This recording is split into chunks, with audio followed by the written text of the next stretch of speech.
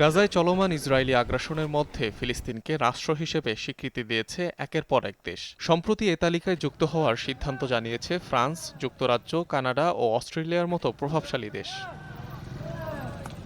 এবার ফিলিস্তিনকে স্বীকৃতি দেওয়ার কথা জানালো আরেক ইউরোপীয় দেশ বেলজিয়াম। এক সোশ্যাল মিডিয়া পোস্টে বিষয়টি জানান দেশটির পররাষ্ট্রমন্ত্রী। বলেন, চলতি মাসেই জাতিসংঘের অধিবেশনে ফিলিস্তিনকে স্বাধীন রাষ্ট্র হিসেবে স্বীকৃতি দেবে বেলজিয়াম।